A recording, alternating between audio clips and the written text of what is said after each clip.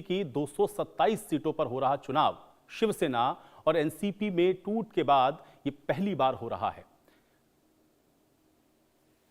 तो बीएमसी का ये जो चुनाव है वो अब 8 साल के बाद हो रहा है और ऐसे में जो टूट हुई है उसके बाद ये चुनाव अपने आप में बहुत महत्वपूर्ण है। लेकिन इस बीएमसी चुनाव में आप देख रहे हैं कि हिंदू मुस्लिम पर जो दांव है वो लगातार जारी है। अब इसको लेकर के सबसे पहले कुछ इसकी अहम बातें आपको बताते हैं। करीब 7 साल के बाद ऐसा है जब मुंबई के अंदर जनता बीएमसी के चुनाव में वोट करेगी। शिवसेना के टूट के बाद आप ये समझिए कि ये पहला जो चुनाव है वो बीएमसी का होगा।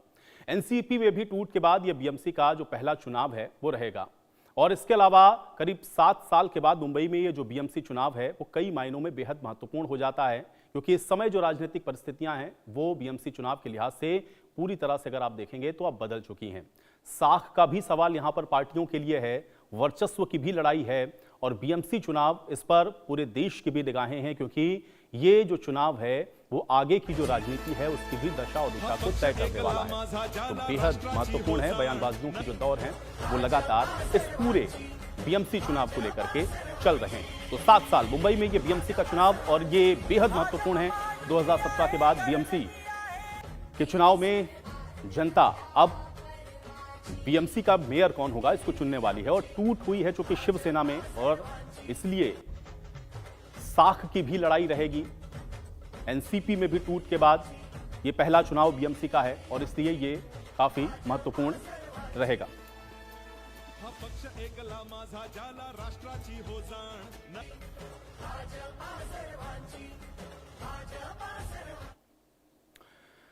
तो एआईएमआईएम नेता वारिस पठान के बीएमसी चुनाव में हिंदू मुसलमान करने के जो आरोप हैं वो लगातार लगे हैं। वारिस पठान ने कहा है कि बुर्का या हिजाब वाली कोई भी मुंबई की मेयर क्यों नहीं हो सकती है, और इसके बाद आप देख रहे हैं कि ये जो चुनाव है वो सियासी जो बयानबाजी है उसमें भी गर्माता हुआ दिख रहा है। एआईएमआईएम के नेता वारिस पठान क्या कुछ कह रहे हैं, सबसे पहले देखिए बयानबाजी क्या हो रही है। एआईएमआईएम के नेता वारिस पठान के मेयर को लेकर के जो बयान है उसने इस माहौल को गर्मा दिया है। बीएमसी चुनाव में हिंदू मुसलमान करने की कोशिश की जा रही है। वारिस पठान ने कहा है कि हिजाब या बुर्का वाली भी मेयर बीएमसी की क्यों नहीं बन सकती। वारिस पठान के इस बयान के बाद सीएम देवेंद्र फडणवीस की ओर से इस पर पलटवार हुआ। उन्होंने कहा कि हिंदू मराठी ही मुंबई का मेयर बनेगा।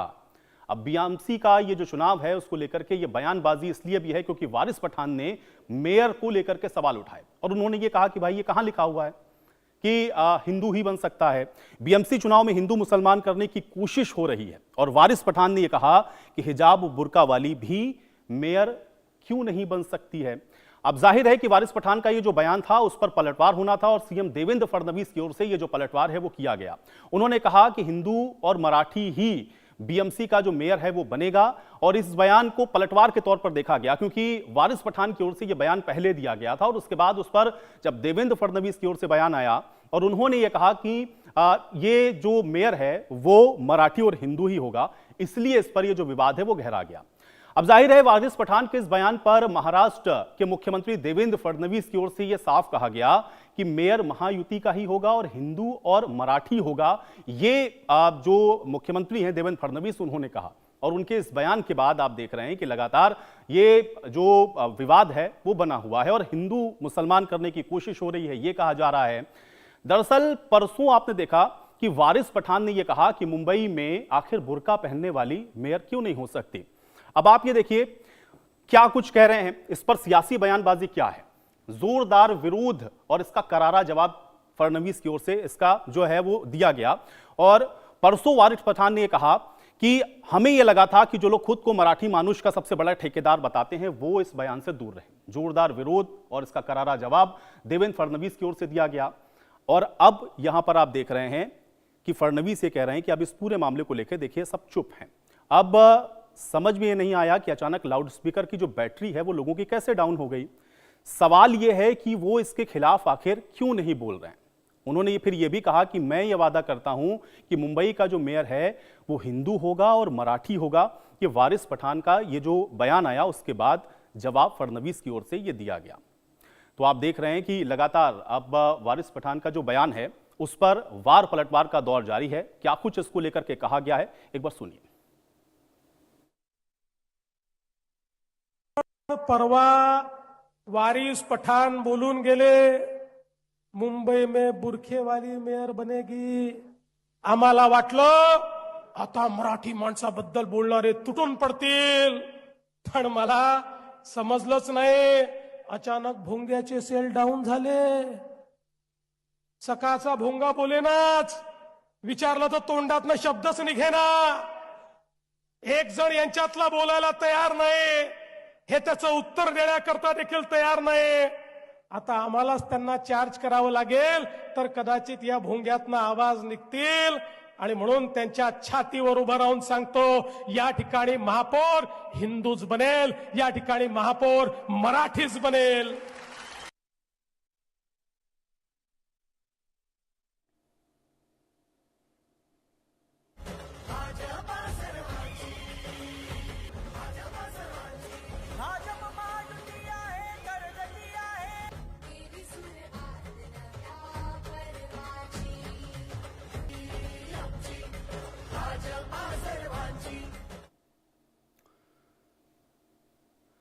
तो कुल मिलाकर के आप देख रहे हैं कि बीएमसी का ये जो चुनाव है वो अब हिजाब के इर्द गिर्द घूमता हुआ दिख रहा है, क्योंकि वारिस पठान ने जो बातें कही उसके बाद वार पलटवार का जो दौर है वो इस बीएमसी चुनावों को लेकर के हाई है.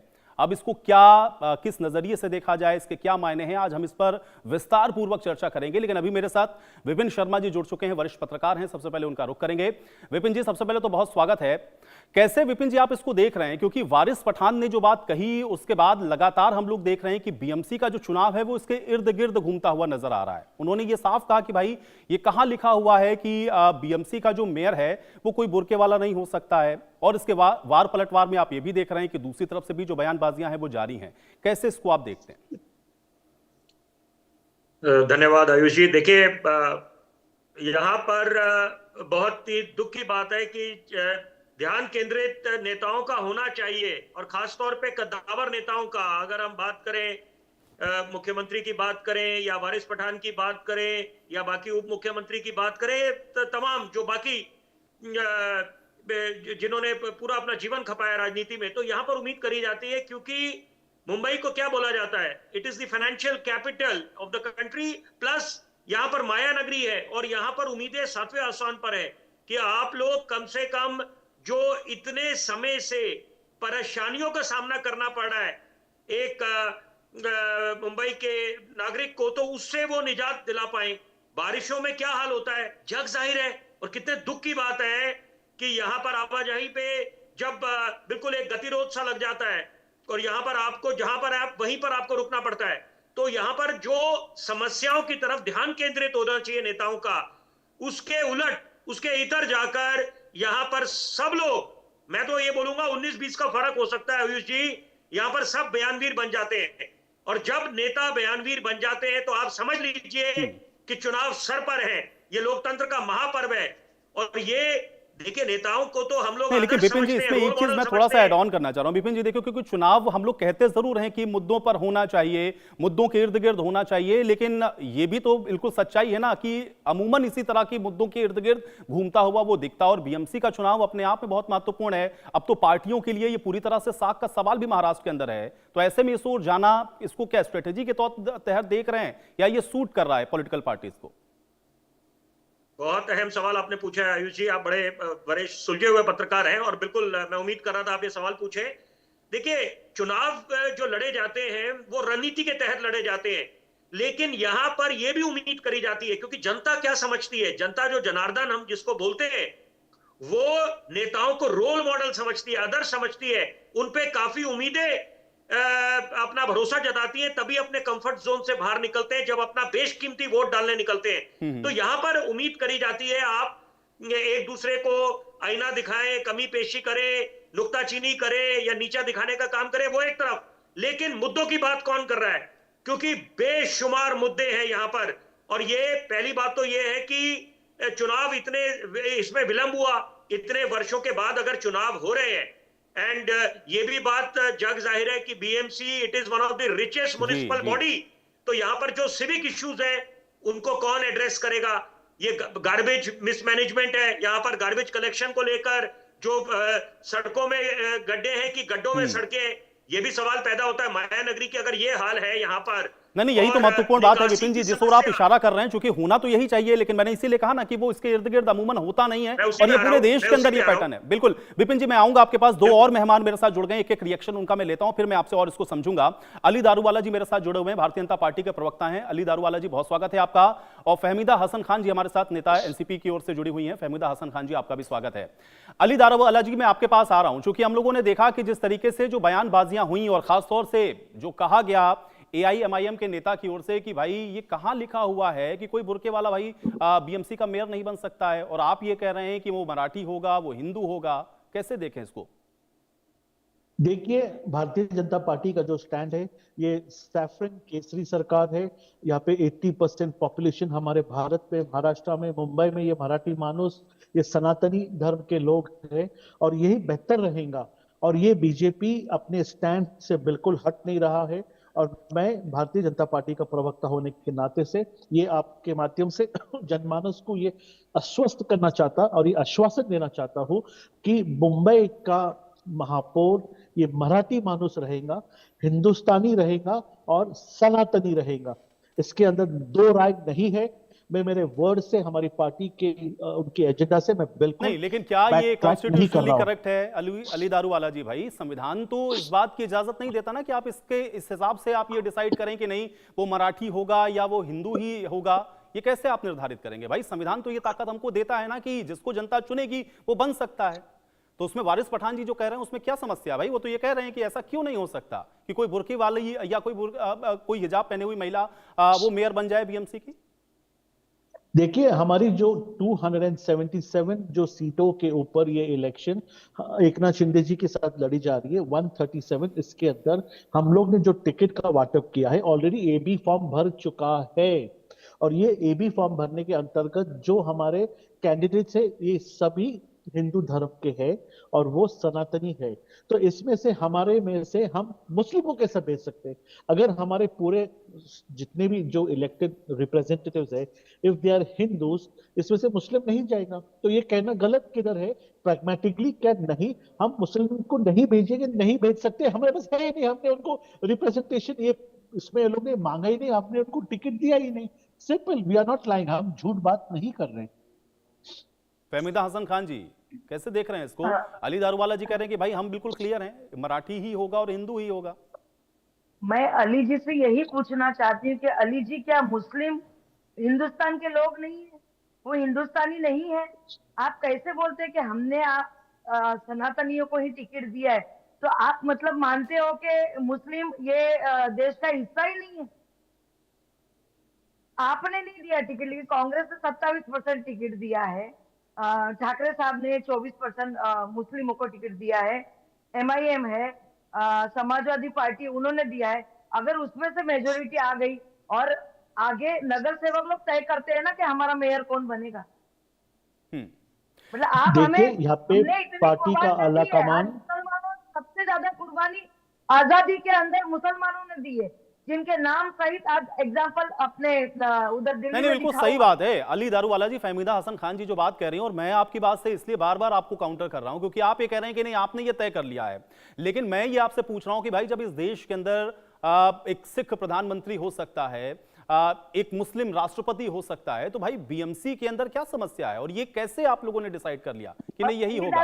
ये तो सीधे तौर पर अब आप लोग डाइवर्ट करने वाली बात की। अगर मुझे लग रहा है कि ये वारिस पठान जी जो बात कह रहे थे, उस बात को अगर आप लोग इस तरह से नहीं काउंटर करते तो ये मुद्दा वहीं पर हल हो जाना था। लेकिन अब आप लोग चूंकि बड़ा क्लियर स्टैंड लेकर के चल रहे हैं, तो ये तो सही पॉलिटिक्स नहीं है ना। एक मिनट अली दारूवाला जी बताइए, ये कैसे सही है? इसको कैसे आप जायज ठहराएंगे भाई? जो कह रही एक है, मिनट अली दारूवाला जी, इसको जायज कैसे ठहराएंगे आप? अंदर बिल्कुल, if you give me a moment, let me explain. हमारे 277 जो हमने वहां पर उम्मीदवार खड़ा करे हैं, वो पूरे के पूरे सनातनी है, हिंदू है। जब हिंदू लोग इलेक्शन में पूरे 100% हिंदू लोग अगर इलेक्शन में कर रहे, वॉट एवर द इक्वेशन, जो भी कॉम्बिनेशन परमिटेशन होएगा, बट जो भी जीतेंगे वो हिंदू आने वाले हैं। अगर जब हिंदू लोग आने वाले हैं, सनातनी लोग आने वाले, तो जाहिर सी बात है क्या हमारा मेयर हिंदू रहेगा। सिंपल बात है। हमने जब मुसलमानों ने टिकट मांगा ही नहीं, हमने उनको टिकट दिया ही नहीं, और हमने एक बात क्लियर करी है मुंबई ये जो माटी है, मराठी मानुस की माटी है। हाँ, रीजनलाइजेशन हम नहीं करते, there is no regionalisation. India ये एक श्रेष्ठ भारत है, नहीं नहीं नहीं, ये दोनों अखंड बातें भारत कैसे हो है। सकती हैं? एक तरफ तो आप ये कह रहे हैं कि सनातनी सुनिए, हैं, सुनिए, हिंदू हैं इसलिए हिंदू ही होगा, दूसरी तरफ आप कह रहे हैं आप ऐसा नहीं करते। आयुष वो सुनिए, कथनी और आयुष करनी जी, में तो आप नहीं दिख रहा। फहमीदा जी, एक मिनट, फहमीदा जी, आप फहमीदा जी, ओपन माइंड से सुनिए फहमीदा जी, आपका जवाब ठीक है अली दीजिए, दारूवाला जी, अब मैं आपने आपसे अपना स्टैंड सवाल क्लियर कर पूछ दिया। रही फहमीदा जी, आ, अली भाई, मैं आपसे एक पहले बात क्लियर कर लूं कि जो सनातनी आप घड़ी घड़ी बार बार बोल रहे हैं, आज आरएसएस के मुख्यालय के बाजू में 400 साल पुराना आपने हनुमान मंदिर तोड़ दिया। फिर कौन से हिस्से से आप अपने आप को सनातनी धर्म का आवाज दे? सिर्फ आरएसएस की पार्किंग के लिए आपने वो मंदिर तोड़ दिया। दूसरी बात यह है कि यहाँ मुंबई में भी आपने जो मराठी मानुस आज बीएमसी में थे, आपके मंगल प्रभात लोढ़ा जी ने जब भी वो पदभार संभाला, सारे मराठियों को निकाल के, मैं किसी के लिए दो राय नहीं करती कि गुजराती भी मेरे भाई है, क्योंकि मेरी जन्म मेरा गुजराती में हुआ, इसलिए सब आपने अच्छे अच्छे पदों पे गुजरातियों को बिठा दिया। फिर कौन से मराठी और कौन से सनातनी धर्म को आप मानते हैं, ये मुझे आप पहले बताइए। करेक्ट फहमीदा आपा, हमको राष्ट्रवादी शरद पवार गुट से सनातनी होने का सर्टिफिकेट नहीं चाहिए। हम लोग एक हमें है तो सेफ है, बटेंगे तो कटेंगे, ये विचारधारा से हमने सुप्रीम साफ कर दिया महाराष्ट्र में 2024 के इलेक्शन के अंदर। जो हमारा हिंदुस्तान को है, बचाने में, आजाद करने के लिए आप बार बार मैं बीच में बात नहीं करता हूँ, मैं बीच में बिल्कुल बात नहीं करता। आप जब आप बात करते हो मैं बीच में बात नहीं करता हूँ। अब मेरी बात खत्म होने दीजिए। हमने सनातनी है या हम हिंदू राष्ट्र के पैरवी है, इसका सर्टिफिकेट मुझे आपके पार्टी से, कांग्रेस से नहीं चाहिए। मैंने ये बात क्लियर किया और मेरा स्टैंड एकदम क्लियर है। ये मराठी मानुस का वतन है, मुंबई के अंदर मराठी मानुस है और मराठी मानुस। लेकिन अली दारूवाला जी, एक प्रश्न इसमें ये है भाई, ये आप तो कहते हैं भाई आपकी पार्टी की तो लाइन है सबका साथ सबका विकास सबका विश्वास, इसमें से एक भी फिट नहीं हो रहा भाई जो बात आप कह रहे हैं। क्या उससे अलग हो गए हैं? क्या अब ये भारतीय जनता पार्टी की लाइन अलग हो गई उससे? आयुष, बॉम्बे के अंदर हमने स्पष्ट कहा, पहले से कहा, अब भी कहा और आगे भी कहेंगे, क्या वहां पे टोपी वाले को हम मेयर नहीं बनाएंगे। मैं रिपीट कर रहा हूं और डंके के चोट पे कह रहा हूं, भारतीय जनता पार्टी का एजेंडा है। एक नाथ शिंदे जी के साथ हमने जो कॉम्बिनेशन किया है मुंबई के अंदर, हम लोग दो राय और इसके अंदर पॉलिटिक्स नहीं, हेड ऑन हम इलेक्शन में जा रहे और ये कह के जा रहे कि मराठी मानुस ही मुंबई का मेयर बनेगा। Point number 1। पॉइंट नंबर 2, मेरे को एक सिर्फ आप 5 सेकंड दीजिए, मुझे डिस्टर्ब मत करिए। इसके अंदर ये लोगों तक जाना इतना जरूरी है। We will not do regionalisation, यानी भाषा के ऊपर यहाँ पे डिफ्रेंशिएट नहीं होएगा। जो राज साहब ने किया था, राज जी ने जो कहा था कि यहाँ पे उत्तर भारतीय का निवास रहना, उनने मराठी में बात ठीक है, करना, लेकिन अब भाषा के नाम पर नहीं, लेकिन अगर आप धर्म के नाम पर ऐसा करेंगे तो वो भी तो जायज नहीं है ना भाई, उसमें कोई फर्क नहीं हुआ ना। ये डिस्क्रिमिनेशन सही बात नहीं है। ठीक है, ये आपकी पार्टी का स्टैंड हो सकता है। विपिन शर्मा जी, आयुष आप इसको नहीं मानना चाहते? नहीं, मैं ठीक है, आपकी बात आ गई। विपिन जी ये स्टैंड जब इस तरह से क्लियर कर रहे हैं, अली दारूवाला जी कह रहे हैं नहीं हमारा स्टैंड बिल्कुल क्लियर है। अली दारूवाला जी कह रहे हैं विपिन जी कि हमारा स्टैंड बिल्कुल क्लियर है भाई, सनातनी ही होगा, हमको इसमें कोई इफ बट नहीं है। विपिन जी, मैं देखिए अपने विचार रखूंगा, मैं आग्रह करूंगा, दोनों बड़े वरिष्ठ प्रवक्ता हैं, अपने अपने विचार रखे इन्होंने। देखिए दो पहलू है यहाँ पर जिनको मैं संक्षेप में आगे लेके आऊंगा आपकी इस चर्चा में। आपका चैनल बड़े उत्सुकता से लोग दर्शक देखते हैं। देखिए पहली बात तो यह है कि जिन मुद्दों की तरफ मैं ध्यान केंद्रित कर रहा था वो अपनी जगह बड़े ज्वलंत मुद्दे हैं कि जो डिलेड प्रोजेक्ट्स हैं, जो विलंब हुआ है जिन प्रोजेक्ट्स को मुकम्मल होने में, तो वो उनको अंजाम तक पहुंचाना है। और जो भ्रष्टाचार की बात हुई है, क्योंकि इतने समय से ये बीएमसी को कौन संभाल रहा था? Administrators, bureaucrats. तो यहां पर समस्या ये है कि जो इस समय आपको जो ध्यान केंद्रित करना चाहिए वहां ना करके सब लोग बयानवीर बन गए। 19-20 का फर्क हो सकता है, कोई पीछे नहीं है, कोई किसी से कम नहीं है। साथ में मैं अभी ये बहन को सुन रहा था, मैं यहाँ पर इनकी बात में मैं कुछ हद तक इत्तेफाक रखता हूं, लेकिन एक सरल सा सवाल मैं जरूर पूछूंगा कि देखिए जब बांग्लादेश में हिंदुओं पे अत्याचार होता है, मैं पहली बात तो अली साहब से बड़े सम्मान पूर्वक बोलूंगा, उनकी बात से मैं इत्तेफाक नहीं करता क्योंकि ये देश सबका है यहाँ पर। और निश्चित बात है आयुष जी, जैसे आपने बोला कि यहाँ पर हर एक को हक है कि कोई भी प्रधानमंत्री बन सकता है, कोई भी राष्ट्रपति बन सकता है जी। यहाँ पर। और सबसे बड़ी बात है कि ये देश संविधान से भी चलेगा लेकिन सवाल यह पैदा होता है कि पालघर में जब साधुओं की निर्मम हत्या हुई तब कौन आगे आया, पहली बात। दूसरी बात है कि आप बांग्लादेश में देखें, हिंदुओं पे जो अत्याचार हो रहे हैं इस समय, कोई ना कोई तो कारण रहा होगा कि जब ये सीए का कानून आया, पहले बिल था फिर ये कानून में तब्दील हुआ, उसका भी विरोध करा गया, जबकि वो नागरिकता छीनने का कानून था नहीं वो तो था कि जिनको प्रताड़ित करा जाता है, और 3 मुल्क उसमें चिन्हित करे गए थे। तो जो ये कितने सालों से जो रिवायत चल रही थी, तो यहां पर मुझे लगता है कि इन सब चीजों से, धर्म से, जाति से, इससे उठकर आपको मानवता को अपनाना चाहिए। ये देश सबका है, देश संविधान से भी चलेगा। कोरोना काल के बाद हमने क्या सीख ली, मैं बड़ी जरूरी बात बोलना चाहता हूं, आज अपने आप को रोक नहीं पा रहा। जी जी। जब लॉकडाउन की घोषणा हुई, सपने में सोचा था नहीं कि ऐसा दिन आएगा कि शिक्षकों के मंदिरों पे जाना वर्जित हो जाएगा, धार्मिक स्थलों पे ताले लग जाएंगे। वहां पर पूरे देश ने तपस्या करी, 140 करोड़ देशवासियों ने। हमने वहां क्या सीख ली कि मानवता सबसे बड़ा धर्म है। किसी का हमने धर्म नहीं देखा। अगर राशन मुहैया कराया किसी को जो गरीबी रेखा से नीचे थे, वो मानवता हमने सबने दिखाई, वो किसी पे एहसान नहीं करा। वो समय की नजाकत देखते हुए हमने अपना दायित्व निभाया। तो यहां पर मुझे लगता है कि समय आ गया है कि आपको एक नजीर पेश करनी पड़ेगी, क्योंकि यहां पर मुंबई में, महाराष्ट्र में अगर चुनाव हो रहे हैं और वो भी इतने विलंब के बाद हो रहे हैं, उसके पीछे जो भी कारण रहा हो, कि अब कम से कम यहां पर कान तरस गए सुनने के लिए कि यहां पर कि नेता हमारे जब चुनावी मैदान में उतरते हैं, रैलियों में उतरते हैं, जनता जनार्दन सुनना चाहती है विकास की बातें कि आप अपना। चलिए विपिन जी, आप ये कह रहे हैं कि मुद्दों की बात होनी चाहिए, लेकिन दुखद पहलू इसका ये है कि मुद्दों पर बात हो नहीं रही। फहमीदा हसन खान जी, विपिन जी ने बड़ा महत्वपूर्ण प्रश्न उठाया कि भाई अगर आप एक तरफ ठीक है कि ये इस बात से कोई इत्तेफाक नहीं रखता जो बात अली दारूवाला जी कह रहे हैं कि भाई ठीक है सनातनी होगा, लेकिन दूसरी तरफ भी बहुत सारे ऐसे मुद्दे हैं जिस पर फिर आप लोगों की भी कोई प्रतिक्रिया नहीं होती है, चाहे बांग्लादेश का जिक्र हो या पालघर के साधुओं की पिटाई का मामला हो। उस पर फिर जब आप लोग बोलते नहीं खुल करके तो फिर आप मौका देते हैं कि दूसरी तरफ से उसको इस तरीके से पोर्ट्रे किया जाए। आज अली दारूवाला जी उसी तरह की बातें कह रहे हैं, तो कोई फर्क नहीं है पार्टियों के अंदर। फहमीदा हसन खान जी, देखिए ये मुद्दे उठाना चाहिए, क्योंकि बांग्लादेश में भी अपने ही भाई लोग हैं। बांग्लादेश बाद में ही पहले अखंड भारत का ही हिस्सा था और वहीं से भी अलग हो गया है, तो नेताओं को इसके बारे में भी बोलना चाहिए। दूसरी बात, अली भाई जो बोल रहे हैं, तो मराठी मुस्लिम भी बहुत सारे हैं जो महाराष्ट्र में रहते हैं और यहाँ अभी मुंबई में भी रह रहे हैं। उनका भले गांव महाराष्ट्र में मराठवाड़ा या सांगली सतारा कुछ भी होगा, लेकिन वैसे भी लोग मुंबई में रह रहे हैं। तो वही है कि किस तरीके से मुद्दा जो बांग्लादेश का भाई ने, हमारे वरिष्ठ पत्रकार ने बोला, वो परफेक्ट है। दूसरी बात, मुद्दा वाटर गटर मीटर का जो होना चाहिए, हर बार रोड खोद के रख देते हैं और उसके बाद में उसके ऊपर अभी ये रोड जो बना था, ये 6 महीने पहले ही बना था, वापस से गटर का काम चालू हो रहा है। हमारा बोरीवली वेस्ट में एक है, वहां दिवाली के पहले इन्होंने, लोढ़ा साहब ने एक कॉन्ट्रैक्ट निकाला कि पूरी एलईडी लाइट से वो सजाया जाए, अभी वापस से वो तोड़ के रखे। जनता के सारे पैसे ऐसे ही बर्बाद हो रहे हैं और कुछ भी काम नहीं हो रहा बीएमसी का।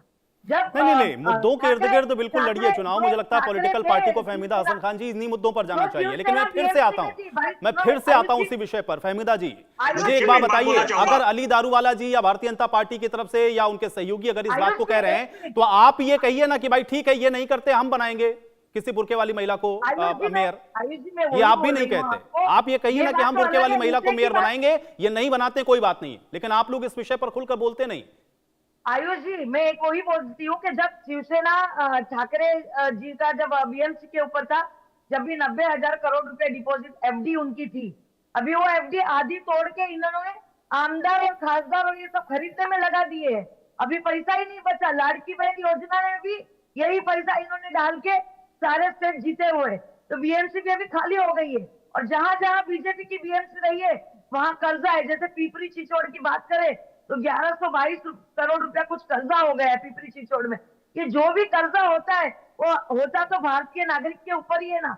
नहीं ठीक है, लेकिन राजनीतिक पहलू भी इसके अलग अलग होते हैं ना फहमीदा जी। ठीक है, सब लोग जिसको जिस तरह से सूट कर रहा है, सब उसको अपनी अपनी तरह से इंटरप्रेटेट कर रहा है। बहुत शुक्रिया आप सभी लोगों का अपना वक्त निकालने के लिए, आज की इस चर्चा का हिस्सा बनने के लिए। तो बीएमसी के चुनाव में आप देख रहे हैं